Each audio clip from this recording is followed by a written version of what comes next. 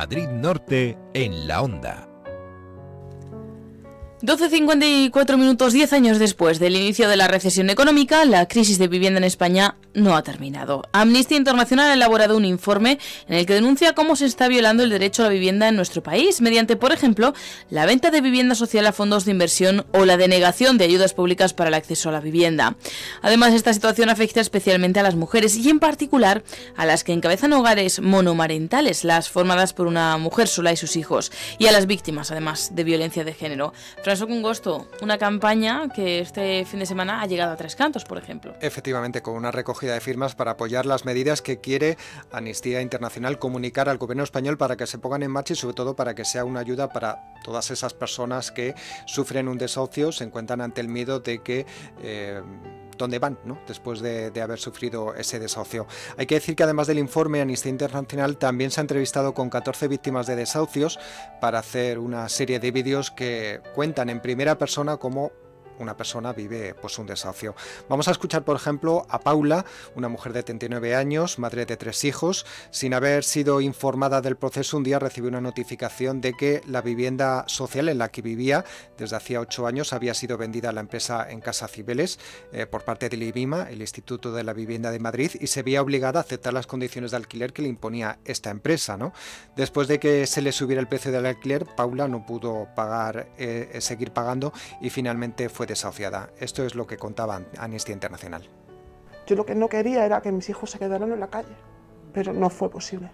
De repente recibo una carta de un notario en el cual se me informa de que esa vivienda había sido vendida a la empresa Encasa Cibeles por parte del IBIMA. Y yo me vi completamente desamparada por todo el mundo.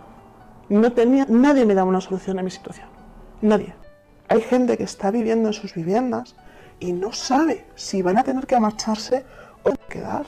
Y tienen hijos, tienen familia y no saben qué va a pasar con ellos. Y es que estamos hablando de muchos casos. Casos por los que estamos peleando todos los días. Porque no estás pidiendo que nadie te regale nada. Estás pidiendo lo que todos tenemos derecho, una vivienda en la que vivir a un precio que podamos pagar. Bueno, escuchamos las palabras de Paula. Es un testimonio, un caso, pero ¿han hablado de datos en cuanto a la incidencia aún de estas situaciones en nuestro país? Amnistía Internacional quería poner imagen, testimonio de esas personas que viven un desahucio, pero también datos. En 2016 se produjeron unos 35.000 desahucios en España, casi 100 por día. El 34% de ellos los agrupan en Madrid y Barcelona.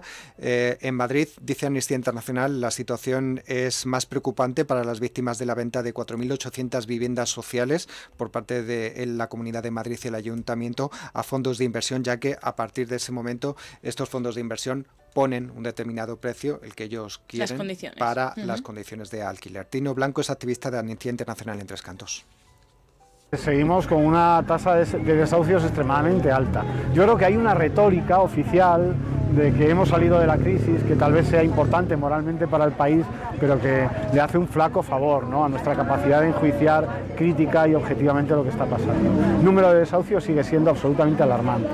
Durante el año 2016, que es sobre el último que se tienen estadísticas, se han producido casi 35.000 desahucios, ¿no?, y desde 2009 casi 150.000 desahucios, lo que es una auténtica burrada. No ha bajado la tasa de desahucios formalmente, pero sí ha bajado nuestra capacidad crítica, nuestra capacidad de responder seguramente a las injusticias que se producen en nuestro entorno. Así que estas medidas son ahora mismo más urgentes que nunca, en parte porque, como ocurre en general con los procesos de empobrecimiento, son efectos acumulativos, ¿no?, y que se dan casi siempre sobre las minorías más desfavorecidas y más perjudicadas estructuralmente.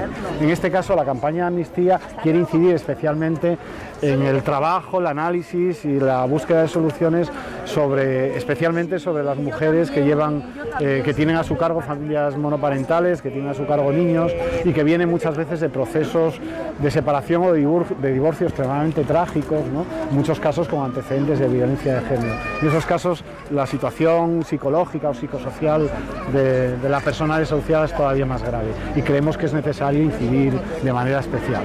Amnistía Internacional dice que, aunque no aparezcan en los medios de comunicación, los desahucios siguen produciéndose y que tienen consecuencias negativas para las familias, para los adultos, pero también para los niños. Vamos a volver a escuchar a Paula. Nos comentaba él cómo vivió su hija este desahucio. Nos están dejando muebles en la calle. Es que somos seres humanos. Hay niños que sufren y niños que esto no se les va a olvidar porque crecen con ello. Mi hija, de hecho, dejó escrito en una de las puertas, la puerta de su habitación, que ahí había vivido una niña muy feliz hasta que estas personas habían decidido hacer daño a su familia y quitarle su vivienda. Tremendo escuchar las palabras de Paula. ¿Qué recomendaciones hace Amnistía Internacional al Gobierno español? Bueno, pues por un lado el Gobierno español le pide un protocolo marco que relacione la coordinación tribunales, autoridades municipales para proporcionar viviendas alternativas adecuadas a las personas con recursos limitados. Y por otro lado a las comunidades autónomas y ayuntamientos se pide que destinen más recursos a ampliar el parque de vivienda social y las ayudas a la vivienda. Bueno, pues esa era la campaña que llegaba este fin de semana a Tres Cantos y de la que hoy nos hemos hecho eco. François Congosto, gracias. Llegamos al boletín de la... Hasta ahora. Es la 1 de la tarde, mediodía en Canarias.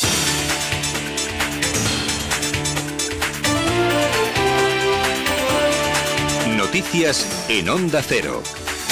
Buenas tardes. Carles Puigdemont y los 4 exconsejeros que le acompañan permanecen en Bruselas en libertad condicional y a la espera de que la justicia belga se pronuncie sobre la orden de detención y entrega a nuestro país emitida por la juez Carmen Lamela. Entre tanto, en Bélgica continúa la polémica tras las declaraciones que se han escuchado este fin de semana cuestionando la calidad democrática de España y en las que el ex primer ministro Elio Di Rupo llegó a calificar a Rajoy de franquista autoritario. Hoy ha terciado la Comisión Europea, que pide que sobre este asunto solo hablen los jueces. Corresponsal Jacobo de Regoyos. La Comisión Europea recuerda que España y Cataluña son democracias y que los gobiernos deberían callarse ante las insistentes preguntas de la prensa extranjera. Margaritis Schinas, el portavoz de Jean-Claude Juncker, ha recordado. Estos asuntos han sido ya resueltos hace siglos por una figura llamada Montesquieu. Hoy el líder de la NVA, Bart de Wever, ha defendido al ministro del Interior, Jan Jambon, también de su partido, los nacionalistas flamencos que sostienen el gobierno federal. Jan Jambon había dudado ayer de la democracia